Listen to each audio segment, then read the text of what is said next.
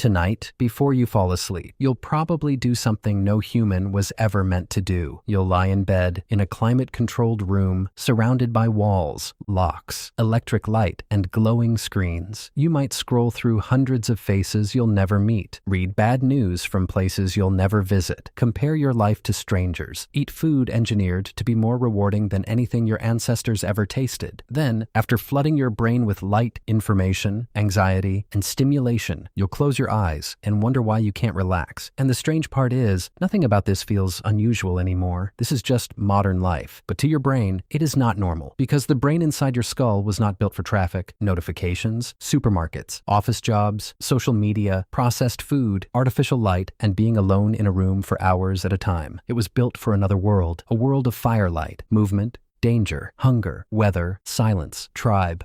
For hundreds of thousands of years, your ancestors lived in small groups, under the sun, sleeping in darkness, walking for miles, reading footprints in mud, listening for predators, sharing food, raising children together, and telling stories around fires. Then, in almost no time at all, everything changed. We built cities, invented clocks, invented money, invented jobs, invented screens, invented food that never runs out, invented light bright enough to erase the night, and your brain was dragged into this new world before evolution had time to update the software. This is called evolutionary mismatch. It means your body and brain evolved for one environment, but now live in another. Researchers use this idea to explain why modern conditions can clash with ancient biological systems, especially around sleep, stress, food, movement, and social life.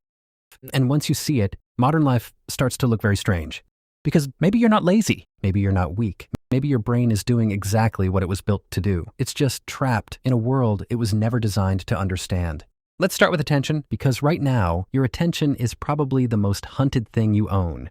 Every app on your phone is fighting for it. Every notification is a tiny alarm bell.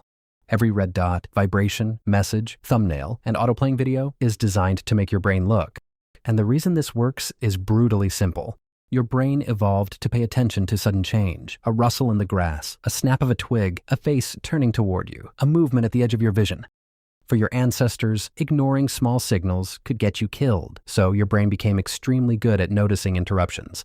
The problem is that modern technology has learned how to imitate those interruptions. A notification is not a leopard.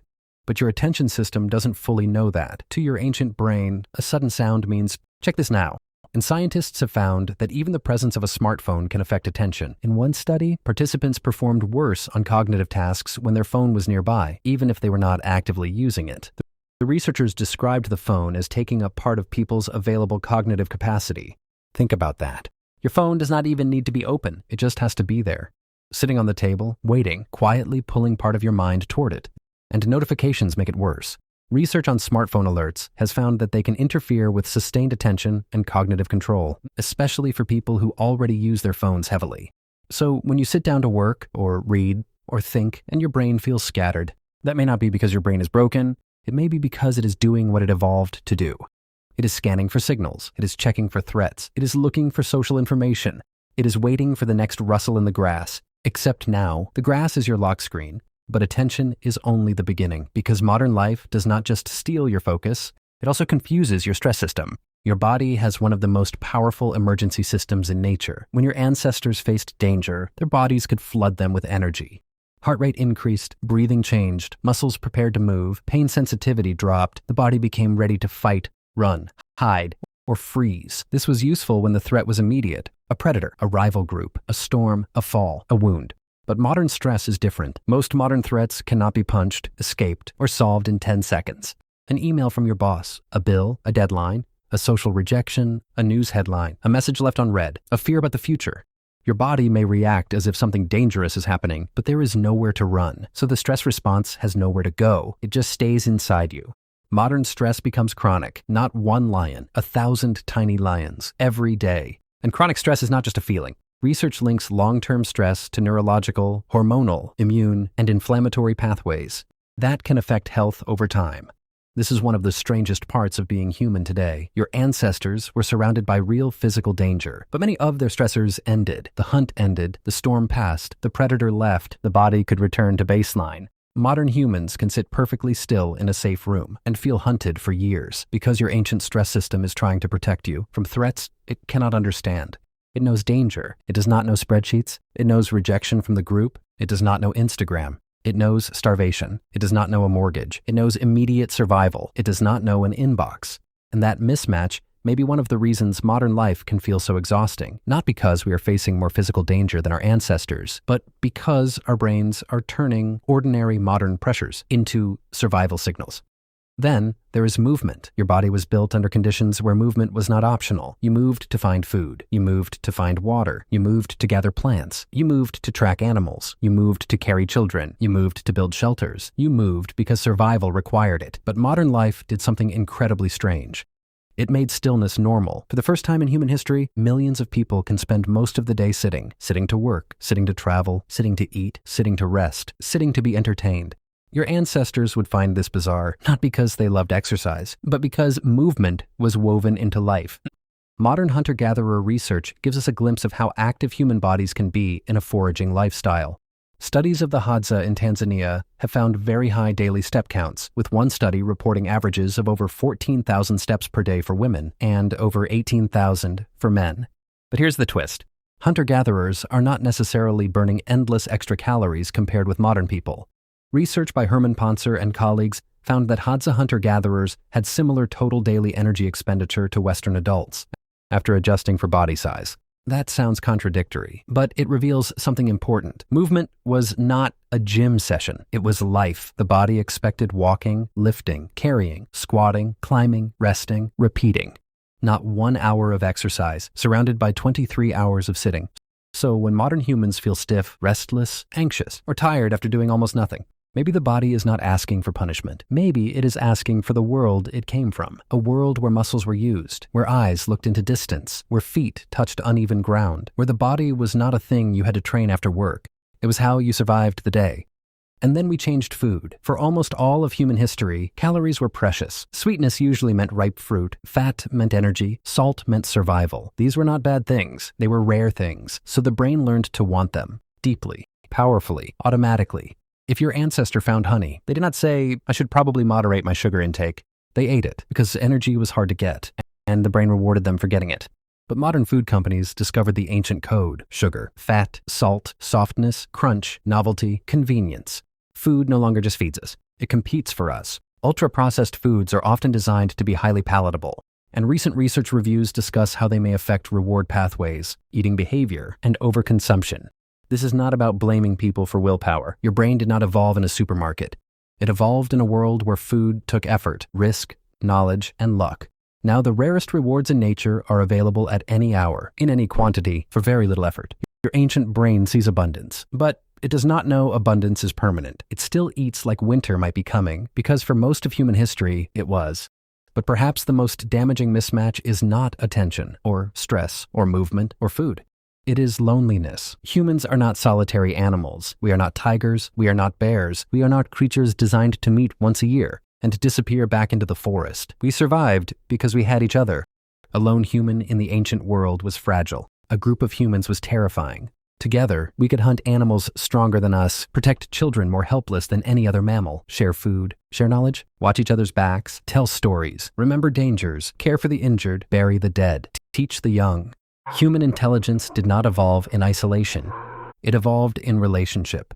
So your need for connection is not weakness. It is ancient survival programming, and the science is blunt about this. A major meta-analysis found that people with stronger social relationships had a 50% increased likelihood of survival compared with those with weaker social relationships. Connection is not just nice, it is biological. But modern life has separated people in ways that would have been almost impossible for most of human history. We live alone, commute alone, eat alone, work remotely, watch screens alone, text instead of speak, follow hundreds of people, and still feel unseen. The modern world gives us constant contact without guaranteed belonging, and your brain knows the difference. Because to an ancient human, being excluded from the group was not awkward. It was dangerous. It could mean death.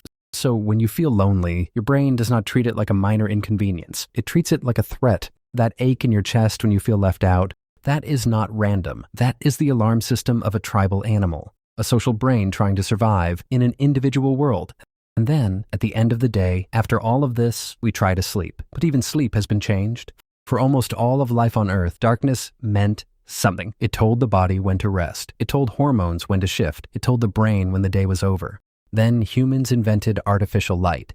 At first, fire, then oil lamps, then candles, then gas lamps, then electric bulbs, then phones, inches from our faces, at midnight, and the night was never the same again. Research shows that light at night can suppress melatonin, increase alertness, delay sleep, and disrupt circadian rhythms. The internal timing systems that help regulate sleep, mood, metabolism, and behavior. Your body does not fully understand that your bedroom lamp is not the sun. It does not know that your phone screen is not morning. It just sees light, and light means stay awake. So modern humans do something incredibly unnatural. We spend the whole day indoors, away from natural light, then flood ourselves with artificial light at night. We give our bodies dim days and bright nights, the exact opposite of what they evolved to expect. And then we wonder why sleep feels broken. But maybe sleep is not the only thing that is broken. Maybe our relationship with darkness is broken. For your ancestors, night was not just the absence of day. It was a different world, a time for fire, stories, rest, fear, stars, silence, dreams. Now night is just more day, more work, more scrolling, more light, more noise. We did not just invent the light bulb. We erased the ancient boundary between waking and sleeping, and your brain is still trying to find it. So where does this leave us? Because the point is not that ancient life was perfect. It wasn't. Your ancestors faced hunger, infection, injury, predators, violence, infant mortality, and pain on a scale most modern people never experience. Modern life has saved billions of lives. Medicine matters, electricity matters, safety matters, technology matters. Nobody should romanticize the Stone Age. But we should not ignore the cost either, because comfort is not the same as compatibility. A zoo can keep an animal alive, but that does not mean the animal is living in the world its body expects. And in some ways, modern humans have built a beautiful zoo for ourselves. Warm rooms, endless food, soft chairs, glowing screens, no predators, no darkness, no silence, no tribe required. And yet so many people feel anxious, tired, distracted, lonely, and restless. Maybe that is not a mystery. Maybe it is exactly what happens when an ancient brain wakes up in a world made yesterday, a world where your attention is hunted, your stress response is overused, your body barely moves, your food is engineered, your tribe is fragmented, your sleep is flooded with light, and your brain is asked to behave as if this is normal. But it is not normal. It is new. So maybe the answer is not to abandon modern life. Maybe the answer is to remember what your brain still expects. Morning light, real movement, deep focus, unprocessed food, dark nights. Quiet, nature, face-to-face conversation, belonging, a reason to use your hands, a reason to look at the sky, a reason to be with other people without performing, because your brain is not defective, it is ancient. It was shaped by firelight, footsteps, hunger, danger, stories, and stars. And every time you feel overwhelmed by the modern world, maybe some older part of you is trying to say something, not that you are broken, but that you are built for a different world. And deep down, your brain still remembers it. If you're interested in the hidden ways ancient humans still shape modern life, subscribe to the channel. There are a lot more stories like this waiting in the past.